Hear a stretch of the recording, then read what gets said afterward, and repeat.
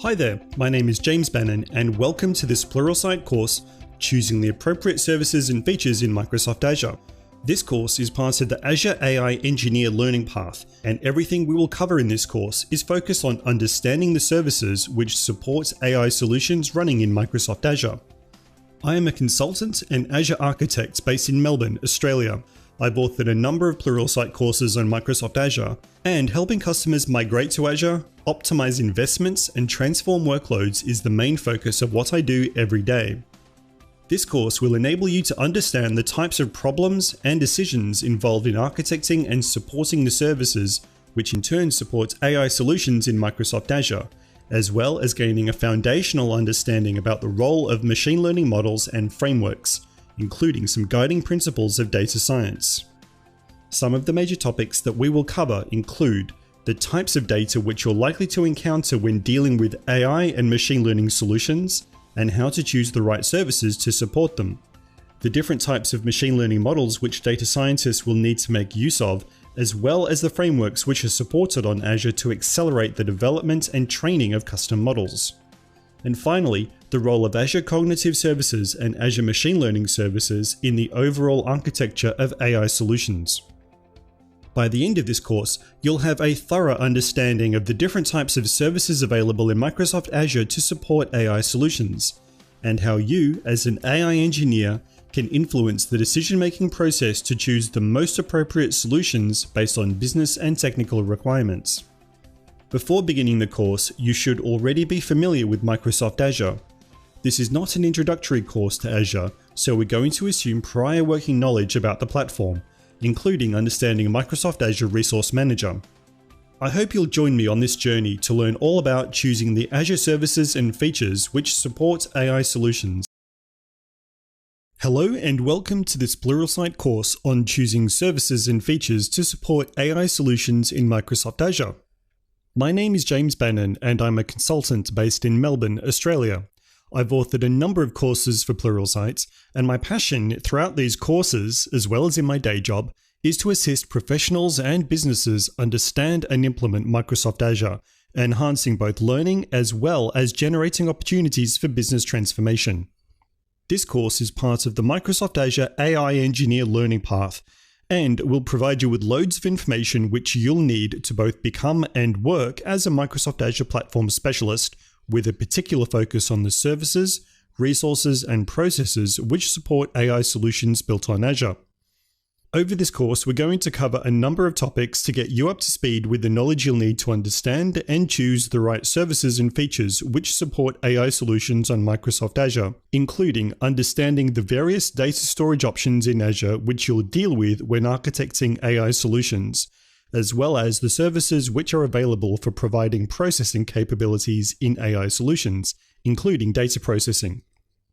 We'll then explore the different types of services and models which are available to support Azure AI solutions, including some of the decision processes which go into choosing AI services. Next, we'll look at the components which make up AI solutions, specifically the difference between custom and built-in services, and the decisions which go into choosing which approach is appropriate. And then finally, we'll explore the role of automated machine learning in overcoming some of the challenges in developing and deploying machine learning models. The first module in this course is all about understanding storage options for Azure AI solutions. We will start off by examining the various roles which storage services play in AI solutions, before moving on to look at some of the different options in Microsoft Azure for providing storage services. Finally, we'll explore some of the business and technical requirements which inform which storage solutions you should choose. The role of storage services in an AI solution is quite closely mapped to how storage works in a neural network. This can be anything from a synthetic neural network to an organic one like the human brain. Of course, there are massive differences in terms of structure and complexity, but many of the principles remain the same.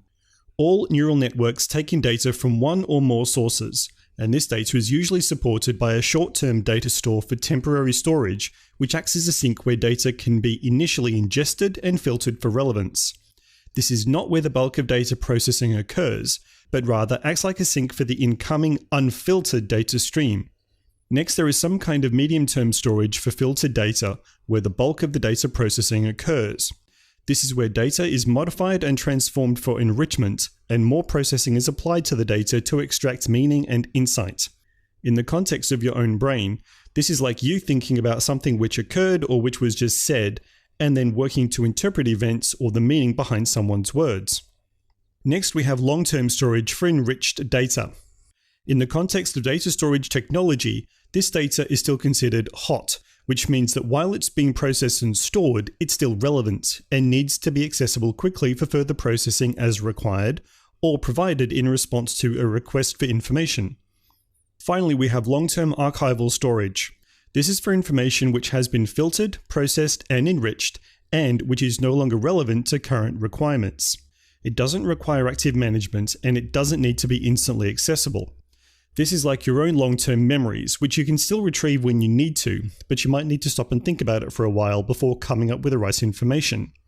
So with these principles in mind about the general role of storage in a neural network, whether organic or synthetic, let's discuss the role of storage services in the context of an AI solution in Microsoft Azure. First, we have the equivalence to the short-term storage service, which supports data ingestion. In an Azure AI solution, this is the landing zone where data ingested from external sources first hits our solution. This is an important aggregation point because an AI solution is likely to be connected to multiple sources of data, usually of different types. Processing layers further inside the solution are expecting data which has already been through at least a few phases of filtering and standardization, so this first ingestion point is critical in ensuring that the rest of the solution is able to deliver the results we expect. Next, we have storage services which act as the targets for the operational side of the solution. Every Azure AI solution consists of multiple services working together in a coherent, interconnected architecture.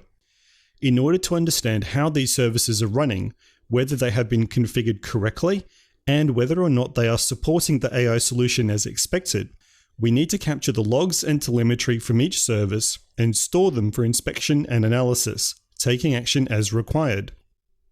This is a critical component of operationalizing an AI solution, ensuring that once it's deployed, it works as expected throughout its lifecycle. Next, data arrives in many forms, and most AI solutions have to work with data which is semi-structured. We'll discuss the different data types which you'll need to cater for a little later on in the module. The type of storage which you need in order to store and work with semi-structured data is different to both structured and unstructured, and you will often need to ensure that these data sources are highly available and scalable, yet are still able to retrieve information quickly and consistently. Finally, we will often need to work with unstructured data and recommend and provide appropriately scalable storage solutions. This area of data ingestion and storage is where most businesses start talking about big data, massive amounts of data in different types and formats, all of which has to be quickly accessible in order to be analyzed so that the business can extract meaningful insights. So now that we have discussed the nature of storage in both neural networks generally and in Azure AI solutions specifically, let's investigate what some of the primary storage services are in Azure which you're likely to be working with as an AI engineer. We'll start off with Azure Blob Storage. Azure Storage accounts are ubiquitous across most Azure solution architectures, regardless of whether they are designed to support AI and machine learning or not, so it's a very important service to cover. Blob Storage is suitable as a data store for massive amounts of unstructured data, everything from traditional files and documents to logs, images, video, and audio.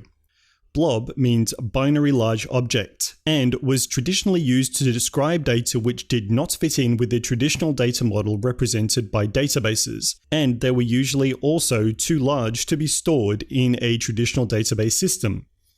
Azure Blob Storage is designed to support just about every type of solution architecture and service, and because it's a non-specialist data store, the pricing is also generally very low compared with traditional database services. Therefore, you're going to be working with it frequently. Blob Storage is designed for huge amounts of data per storage account, ranging from 500 terabytes to 2 petabytes, depending on which Azure region you're deploying the account into. At the time of writing, storage accounts deployed to the US and the EU, excluding the UK, will go up to 2 petabytes, and all other regions are 500 terabytes, although it is possible to request an increase in the upper limit via a support request to Microsoft. Blob Storage also supports different amounts of redundancy. By default, a storage account is redundant within the Azure region where it has been deployed and is not deployed to any one particular zone. You can scale up the level of redundancy to make the account redundant across multiple availability zones and across paired Azure regions within the same geopolitical zone. You can also make the redundant replicas readable so that your data is instantly accessible in the event of a service outage without needing to wait for Microsoft to trigger a failover event. Of course, the more redundancy you require, the higher the ongoing cost for that particular storage account. Next, storage accounts support different access tiers so that your data can be stored appropriately throughout its lifecycle. Hot data is data which is still being used regularly, so needs to be able to be written to and read from rapidly. Cool data still needs to be able to be accessed quickly, but is less likely to be written to except in staged discrete chunks. As a result, cool data storage has a higher cost to read, but a lower cost to write and store. Finally, cold data is information that needs to be kept for a long time, but which will not be written to regularly and almost never needs to be read, and when it does need to be read, does not need to be instantly accessible. This tier has a much higher read cost, but very low write and storage costs. This allows Microsoft to store customer data in a scalable manner for many, many years. Finally, Blob Storage forms the basis of big data stores in Azure for Azure Data Lake Gen 2. Azure Data Lake Gen 1 was a standalone product which was independent of Azure Storage. The Gen 2 version is built on top of Azure Storage, and enabling a storage account to act as a Gen 2 data lake is a simple configuration switch. It is still possible to provision Gen 1 data lakes, but they have a higher operational cost than Gen 2, and they use technology which Microsoft is moving away from for big data storage. So if you're looking to provision a new data lake from scratch, start with Gen 2. There is also a supported migration path from Gen 1 to Gen 2 data lake services, so this is worth looking at if you've already deployed Data Lake Gen 1 in your Azure subscriptions. The next service we'll consider is Azure Application Insights. This is an application performance monitoring service which enables applications to stream telemetry and application logs. The connectivity between the application and the Insights workspace is managed using an instrumentation package embedded within the application code, or using a sidecar service for container-based applications running on platforms like Azure Kubernetes Service.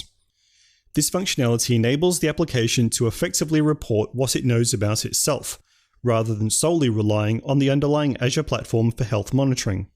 The Application Insights workspace then becomes an effective repository for storing application logs and telemetry data, which can then be analyzed and aggregated for short-term to medium-term data storage. However, it's worth pointing out that Application Insights is not designed to store non-application specific data, so you're not going to be using it in your AI solutions as a data ingestion or processing service.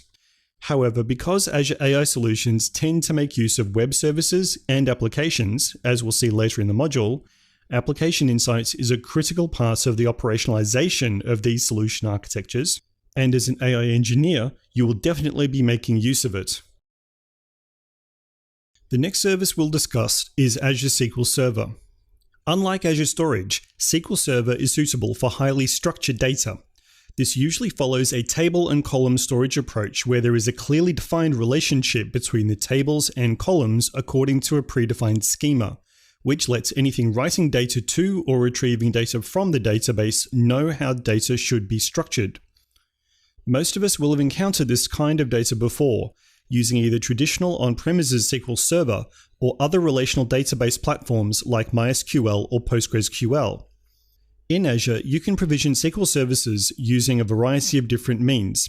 Azure SQL Server usually refers to the fully managed platform as a service offering, where the underlying hardware, operating system, and database engine is completely abstracted away from you. This enables rapid deployment of services and databases, and is generally the most cost-effective way of deploying SQL services. The trade-off is that Azure SQL Server does not offer one-to-one functionality with traditional SQL Server, So some pre-existing on-premises SQL databases may not be able to be instantly migrated to Azure SQL. You can also deploy SQL in Azure using managed instances or traditional virtual machines. These are generally more expensive than the platform as a service offering, but they also provide greater flexibility and feature parity. Azure SQL is not designed for the levels of storage and scalability which is possible with Azure Storage, but this is because Azure Storage does not have to meet the same levels of data resilience and adherence to structure which is required from a relational database service. However, Azure SQL does offer hyperscale, which supports databases up to 100 terabytes in size to support applications which require exceptionally large pools of structured data. Finally, Azure SQL also supports active replication across Azure regions for full redundancy in the event of a service outage in the primary region. Each secondary replica is readable and remains in a read-only state until a failover is triggered, which can be controlled by the customer. It's important to point out that Azure SQL Server is not designed for long-term archival storage, as it doesn't support low-cost storage tiers. This is because it's backed by compute services which always have to be running. So if you need to archive SQL databases, then the target will still be Azure Storage. Before we move on to the next section, the last service we will look at is Azure Cosmos DB. This service fills the functionality gap between Azure Storage and Azure SQL Server, as Cosmos DB is a NoSQL database service which is suitable for both unstructured and semi-structured data. As opposed to SQL databases which are highly structured and designed to support relational data, NoSQL databases are designed to scale across commodity server hardware and achieve eventual data consistently while supporting data which may or may not have any determinable structure. With this in mind, Cosmos DB can support multiple data models. But unlike SQL, PostgreSQL, or MySQL, it doesn't require developers or data engineers to define and maintain a database schema. This means that you can store whatever kind of data you like in Cosmos DB and not need to define the data schema ahead of time or be limited when you want to introduce new data types. Because NoSQL is designed to scale and achieve eventual data consistency through auto-sharding, replication, and integrated caching, the Cosmos DB service is designed to scale right across the entire Azure ecosystem. If you provision the service in the US, you can scale and replicate the data to the EU, Africa, and Australia without needing to manually provision services in any of those regions. The data in each region is also intended to be both readable and writable with very low latency access, which makes Cosmos DB a suitable choice for AI applications which need fast access to unstructured and semi-structured data, regardless of where the data is located. Finally, Cosmos DB does not use its own proprietary API for database queries. Rather, it supports industry-standard NoSQL database APIs, such as Cassandra and MongoDB, so your developers can write their applications using whichever API works best, and then have their applications supported by a data backend running Cosmos DB without needing to rewrite application code. So now that we've discussed both the role of storage services in AI solutions and the different data storage services which you're likely to be working with as an AI engineer, let's change tack and investigate some of the processes by which you can recommend and choose the most appropriate storage solutions. The best way to start this is by looking at the different types of data which you may be working with.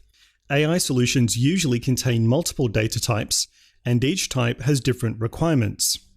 First, we have structured data. This data adheres to a predefined data model called a schema, which identifies what kind of data is stored.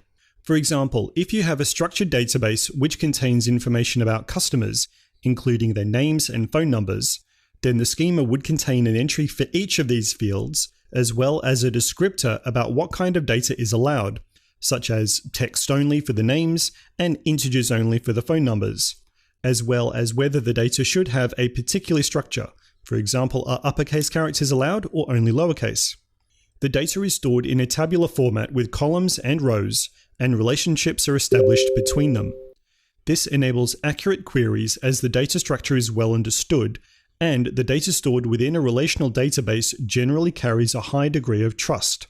Azure services which support SQL Server databases, PostgreSQL databases, and MySQL databases are the appropriate solutions for this data type.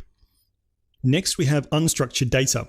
This is the wild west of data in that the data is generally not organized according to any predefined manner which can be anticipated, and it usually comes in a wide range of formats, from enriched text documents to images, audio, and video. Relational databases were never designed for this kind of data, as it's far more of a modern phenomenon, nor were they designed to store and scale the sheer volumes of unstructured data which is generated every day. However, in terms of AI and machine learning, unstructured data is most likely going to be the type of data businesses are interested in, as it's also a rich source of untapped insights and meaning. NoSQL databases are optimized for this sort of data, so Cosmos DB is a suitable choice for applications which need to access unstructured data quickly, or Azure Storage for when you need to ingest and store large amounts of unstructured data for processing and analysis. Finally, in the middle, we have semi-structured data. This is information which again does not adhere to a predefined data model, but which does contain a self-describing model within each data element. An example of semi-structured data is a JSON formatted document, as this will contain a dynamic internal structure of named elements and key value pairs which can be read and extracted as an informal schema. This makes working with semi-structured data simpler than unstructured, but it still doesn't meet the strict requirements of a relational data service. In Azure, you can store semi-structured data on both Azure Blob Storage and Cosmos DB, but the data will need to be processed before it can be used by AI solutions. We'll explore data ingestion and processing later in the course. Before we wrap up, let's explore what we've covered so far in the context of an official Microsoft AI solution architecture. This architecture is for a conversational chatbot, and is published in the AI section of Microsoft's official reference architectures. As we can see, the architecture is broken up into multiple discrete components, such as data ETL and bot cognition and intelligence. This is a good example of an AI architecture as it demonstrates how multiple services are tied together in an interdependent pattern to produce a complex solution with input and output layers, along with multiple internal processing layers which are hidden from the end user. The section we'll focus on is logging. As we can see, this architecture makes use of application insights, Cosmos DB, and Azure Storage, which support the logging and feedback utilities of the chatbot. As we discussed, application insights is the right choice for application logs and telemetry data. This architecture makes use of Azure Bot Service as well as Azure Web Apps to support the overall solution. All of these services are able to send logging and telemetry data natively to application insights, so this is an appropriate choice for the architecture. Next, we have Cosmos DB. The type of data which the bot will generate when interacting with users is of an unstructured and semi-structured nature, but certainly will not adhere to any formal data schema. So, a relational database service like Azure SQL would be inappropriate for this architecture. Cosmos DB is a good choice as the web applications and bot services need to be able to query data quickly in order to provide a positive user experience. Finally, we have Azure Storage. All of the services in this solution architecture can send their Azure Monitor diagnostic logs and telemetry to a centralized storage service, and Azure Storage is the right solution for this kind of semi-structured data, as this does not need to be backed by any kind of compute instance and can be aggregated or ingested by different services further upstream, like log analytics. It's also a good choice as a target from Cosmos DB for storage and archival purposes, as well as a data store for Azure Q&A Maker to reference in order to construct a knowledge base service which the bot service can draw upon. So, as we can see, the types of data which this solution is generating and needs to draw upon directly determine the Azure Storage solutions which have been chosen. So as this brings us to the end of this module on Azure AI Storage Solutions, let's do a quick recap on what we've covered. We looked at the role of storage in AI solutions, both in general terms in the context of a neural network, and in more specific terms in the context of running an AI solution in Microsoft Azure. We then looked at the various data storage options which are available in Azure, which you're likely to be working with as an AI engineer.